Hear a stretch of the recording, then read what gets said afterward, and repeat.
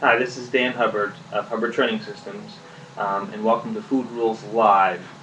With this session here, we want to talk about fat and carbohydrate metabolism, just the basics. Fat and carbohydrate metabolism can be extremely complex. There's a lot of biomechanical and pathways and cellular physiology and biology and chemistry that we're not going to get into, but just want to explain the basics to you so you have a good context to understand when we start talking about fat loss or diet or exercise or burning fat or carbohydrates, etc. there.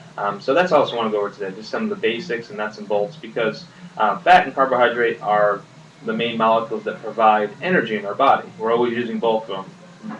Not one is good or bad, but they're just molecules that are used for energy. So we want to look at how that changes in our body. Humans have what's called metabolic flexibility. We can fluctuate between fat or carbohydrate metabolism to provide energy for our body. So first of all, let's look at what's going on in our body. For our muscles and organs, and all the cells that make up our muscle and organs, need a constant production of ATP, which is the molecule that provides energy for the cells, to maintain our metabolic rate. And that's just the sum of all the chemical processes in our body, the energy that's used to support, for example, cell transport, protein production, growth, replication, contractility, mobility, etc. there. So the muscles and organs are always demanding energy. They need energy just to maintain themselves, even without any physical activity. The bigger the person, the higher the metabolic rate, the more energy they need. Obviously, the more physically active you are, the greater the energy use too. So we need the constant source of energy, and of course, fat and carbohydrate provide that source of energy. But again, we demonstrate this metabolic flexibility, and we'll shift from fat to carbohydrate as the main energy sources in our body. So we'll look at 4 different states. First is the fed state. So after you've eaten a meal, and most meals, of course, are a mix of fat and carbohydrate. If you have exclusively fat or exclusively carbohydrate in one meal, that will change what is used. What you eat, you'll burn as your fuel.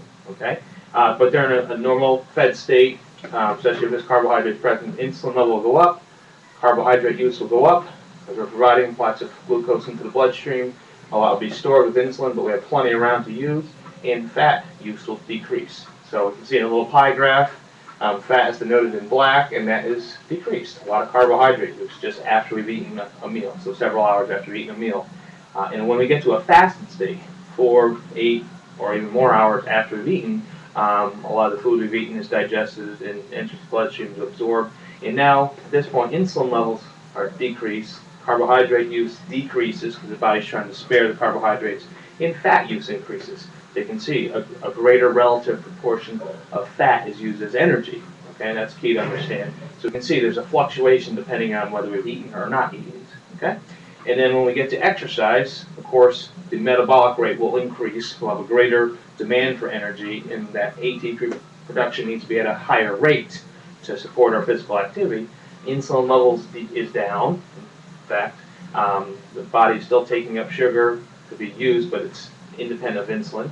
Carbohydrate use is up. You can see back to the pie chart, carbohydrate use is up significantly, and fat use is decreased, especially with vigorous exercise. This may not be true. In fact, it's opposite with lower intensity exercise. But I want to use the example of vigorous exercise, because vigorous exercise has the biggest effect on body composition change. Although we heard the term fat burning exercises, low intensity cardio exercise, while they do burn a greater relative proportion of fat while you're doing them, the overall amount of energy used is a lot less. Okay, so we'll see in a second here why vigorous exercise is probably better for fat loss. But again, with vigorous exercise, carbohydrate use is up. One big reason being that carbohydrates can be metabolized, mobilized, and used a lot quicker. Fat breakdown and use is a slower process. Okay, so it's just during we're at the vigorous exercise, these change where carb use is to provide a significant amount of the energy. But after exercise, insulin level raises up relative to the level it was during vigorous exercise, and of course it'll be up if you eat after exercise. But carbohydrate use is still decreased a lot. Okay, so you can see if we compare this to the fed state or the fasted state, carbohydrate use is down, which is important, and fat use is up. So you can see after exercise, the percentage of fat is greater. So again, we shifted now to more relying on fat for energy after exercise. That can last for a while, 12 hours, 24, 36 hours after exercise, a greater fat use, which is key to, again, losing body fat in the long term. If we just look at the exercise itself, we would think, oh, a lot of carbohydrate use, but again, all those carbohydrates come from, usually you're not eating during exercise. If you are, that will provide the energy if you're drinking Gatorade or something like that, but for most people they're not, and most of the energy is from muscle and liver glycogen that has to be replenished after exercise. So carbohydrate use goes down because a lot of it goes to replenishing those carbohydrates sources, the storage of carbohydrates and glycogen in the liver and in the skeletal muscles. So fat use is used to provide energy for the normal metabolic process.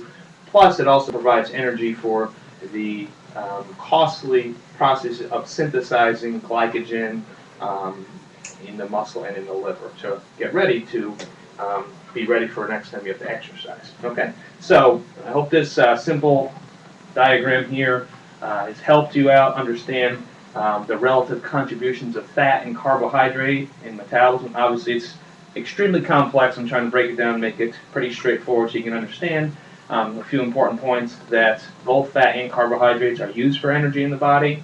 It fluctuates. Their relative contribution for the production of energy fluctuates depending on the situation, the state the body's in, whether that's due to the meal you've eaten, the type of diet you're on, the state of eating, whether you're just eating or you're in a fasted state, and then of course with exercise and after exercise. But again, this is important for a lot of people to understand because we hear all the time about fat-burning exercise diets and this and that, but just understand that the body is always using fat and carbohydrate. Even when you're in fasted state, you haven't eaten 24 hours, you still are using some carbohydrates, just a lot less, but the body shifts back and forth. Okay? Hope this helped your understanding, and look forward to you next time, Food Rules Live. Thanks.